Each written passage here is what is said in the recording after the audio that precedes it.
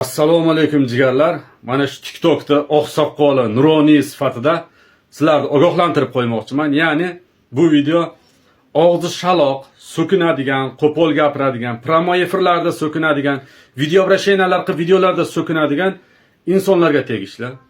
Hozirgi paytda hech qaysi bir inson ustlaringdan yozib berish shart emas. Mana shu omma oldiga chiqib, har xil gaplarni gapirib, kimdir kamsitib, kimdir so'ksalaring qonun oldida javob berasizlar jigarlarim. Mana shu narsa eslaringdan chiqmasin. 10 sutga, 15 sutga katta jarimalar ham to'lashga to'g'ri keladi. Kimdi mana shunday jarima to'lashga sharoiti bo'lmasa, u yoqlarda borib sanatoriyalarda o'tirishni xohlamasa, ozgina tilini yig'ishtirib olsin.